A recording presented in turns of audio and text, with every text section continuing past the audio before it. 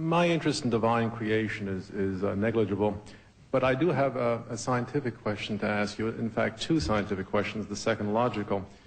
Everyone familiar with the paleontological literature, every significant paleontologist says that there are gaps in the fossil record. Do you have a particular reason for demurring?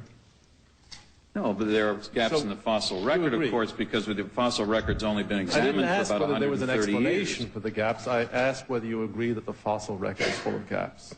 Of course it has gaps. Okay, so to that extent, the evidence does not support Darwin's theory of evolution. No, that is absolutely wrong. It follows as the night the day. Of course not. How could you have a cell, for example, ladies and gentlemen, hundreds of millions of years old that would leave a fossil record? It would disintegrate. It would quite literally not be able to be found in the fossil record. I never suggested that there may not be explanations of the gaps, but the fact that the fossil record does not on its face support Darwin's theory of evolution is a fact. No, it does. It's just, your question was, does it prove everything yet? And the answer is, it doesn't prove anything yet. And once again, I say, how many times do we have to find those intermediate fossils?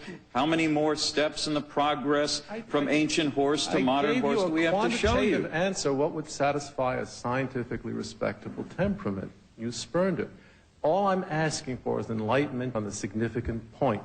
Darwin's theory requires a multitude of continuous forms. We do not see that in the fossil record. In fact, major transitions are utterly incomplete. Will you accept that as an empirical fact? No, you sound like a guy who is writing a story about baseball, comes in the fourth inning and says, well, you know, I'm going to write about the fourth inning on. The first three innings didn't happen because I wasn't there to see them. The fact that we can't find every one of those intermediate fossils yet in 150... We can't find any of the major transitions. It's just that when we find them, Doctor, you say it's still not enough. Thank you, Mr. Lynn.